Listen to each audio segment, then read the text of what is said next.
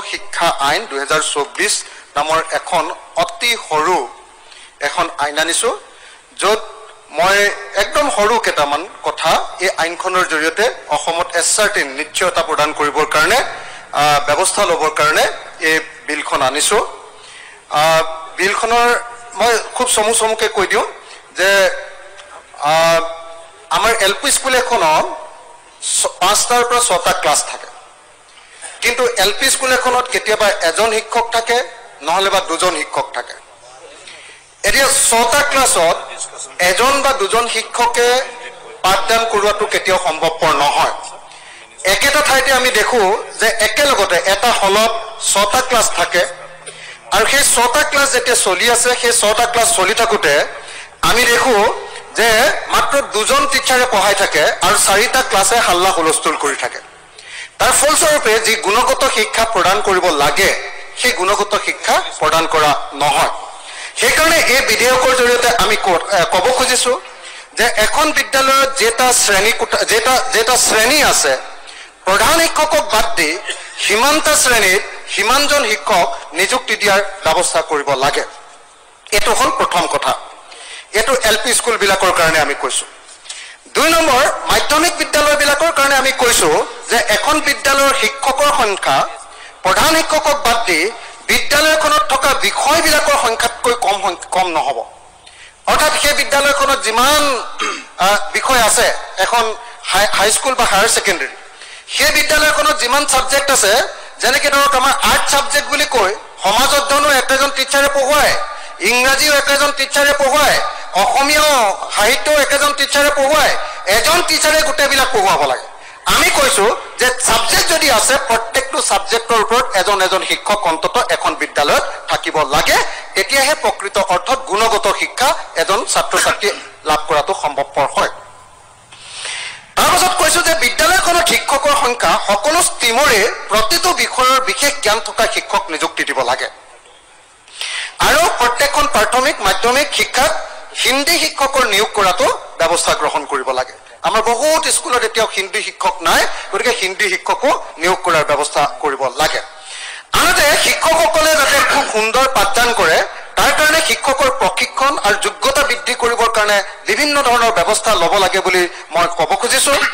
তাৰ আছে প্ৰতিখন বিদ্যালয়ৰ উৎসৰ্গীকৃত শিক্ষাদান আৰু সুন্দৰ শৈক্ষিক বাতাবৰণৰ স্বাৰ্থত চৰকাৰে জাননীৰ জৰিয়তে বিদ্যালয়ৰ শিক্ষকক শৈক্ষিক কাম-কাজ আৰু মিড ডে মিলৰ লগত জড়িত থকা কামৰ বাহিৰে অন্য কোনো অনাশৈক্ষিক কামত নিয়োগ কৰিব নালাগে অন্য কোনো অনাশৈক্ষিক কামত আমাৰ এখন এলপি স্কুলত দুজন শিক্ষক থাকে 6টা ক্লাছ তাকে আকৌ কেতিয়াবা আপোনাৰ ইলেকশ্যনৰ কামত কেতিয়াবা লোকপিয়লৰ কামত অন্যান্য চৰকাৰী কামত সদায় পঠিয়াই থাকে তাৰ ফলস্বৰূপে কি হয় গুণগত শিক্ষা প্ৰদান কৰাটো কেতিয়াও সম্ভৱপৰ নহয় সেইকাৰণে শিক্ষকসকলক অনাশৈক্ষিক কোনো কামত কেতিয়াও ব্যৱহাৰ কৰিব নালাগে বুলি ইয়াৰ জৰিয়তে কোৱা হৈছে শিক্ষকসকলক স্কিল প্ৰমোশন দিব লাগে বুলি কোৱা হৈছে যাতে তেখেতসকলে কাম কৰিবৰ কাৰণে মনত সদায় ফুৰ্তি পাই থাকে আনহাতে হাইজেনিক এনভাইৰনমেণ্ট আৰু মেণ্টেল হেল্থ সকলো প্ৰাথমিক বিদ্যালয়ত এটা হলত বা প্ৰেক্ষাগৃহৰ ভিতৰত আটাইবোৰ শ্ৰেণী বহুৱাৰ ব্যৱস্থা অৱলম্বন কৰি প্ৰতিটো শ্ৰেণীৰ বাবে একোটা শ্ৰেণী কোঠাৰ ব্যৱস্থা কৰিব লাগে আমাৰ এলপি স্কুলবিলাকত কি হয় এটা হল থাকে তাত 6টা ক্লাছ হৈ থাকে 6টা ক্লাছত এফালে নেওতা মুখস্থ কৰি আছে চিঞৰি এফালে আপোনাৰ কবিতা পাঠ কৰি আছে চিঞৰি এফালে গণিত পঢ়ুৱাই আছে শিক্ষকে এনেকে এটা হলৰ ভিতৰত 6টা ক্লাছ থাকে তাৰ ফলস্বৰূপে কাৰো ভালকে পঢ়া শুনা কৰা নহয়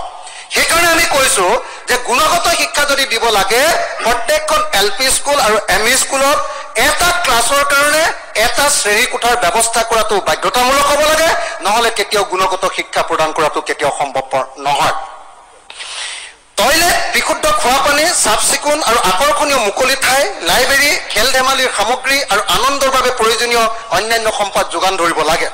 মূলতঃ প্ৰত্যেকখন এলপি স্কুলৰ সন্মুখত একোখনকৈ চিলড্ৰেন পাৰ্ক থকাৰ ব্যৱস্থা কৰিব লাগে যাতে ছাত্ৰ ছাত্ৰীসকলে আনন্দৰ মাজেৰে ফূৰ্তিৰ মাজেৰে কথা বতৰাৰ মাজেৰে হাঁহি ধেমালিৰ মাজেদি আগবাঢ়িব পাৰে আৰু প্ৰতিখন বিদ্যালয়তে মেণ্টেল হেল্থ প্ৰভিজনবিলাকো ৰখাৰ ব্যৱস্থা কৰিব লাগে স্মাৰ্ট ক্লাছ আৰু শিক্ষাৰ পাৰ্টিচিপেটৰী এংগেজিং ব্যৱস্থা এটা হোৱাৰ ব্যৱস্থা কৰিব লাগে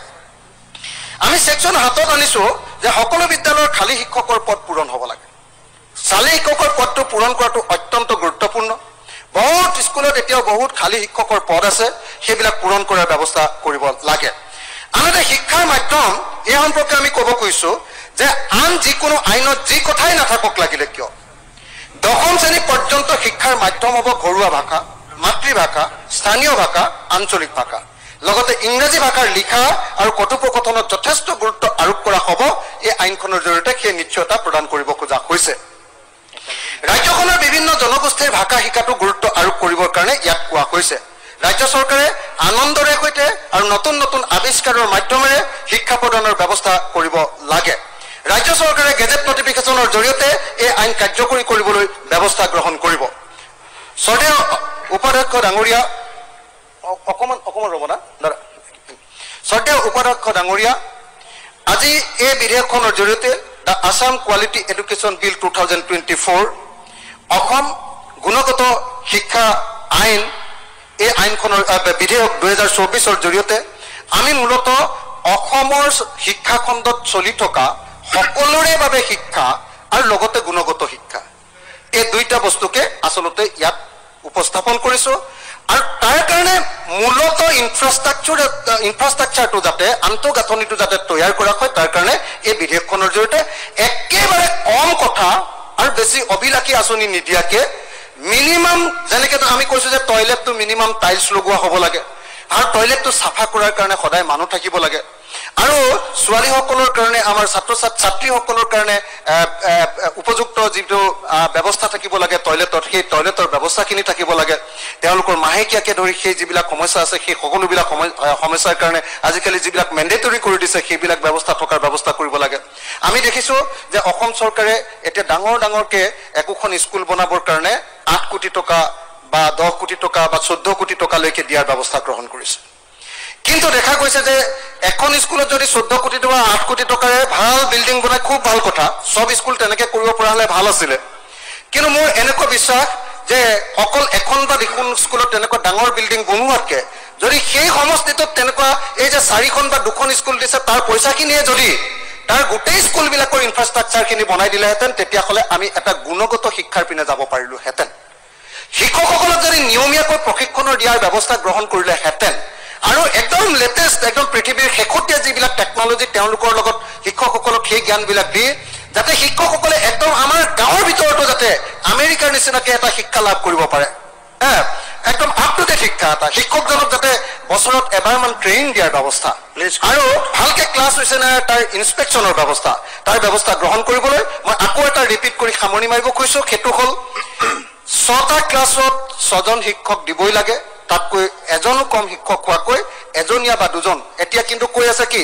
আমাৰ যিমান 30:1 এই অনুপাতত আছে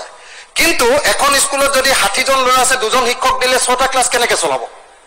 গতিকে 6টা ক্লাছৰ কাৰণে 6জন শিক্ষক আৰু এজন প্ৰধান শিক্ষক এইটো দিলেহে ভাল এখন স্কুল হ'ব কথাটো বুজি আৰু হলৰ ভিতৰতে গোটেই একেলগতে 6টা ক্লাছ পঢ়াই থাকিলে সেইখন আৰু কোনো পধ্যে ভাল শিক্ষা নহয় এই মিনিমাম কামকেইটা কৰিবৰ কাৰণে অসমৰ শিক্ষামন্ত্ৰী মহোদয় আৰু বিশেষভাৱে অসমৰ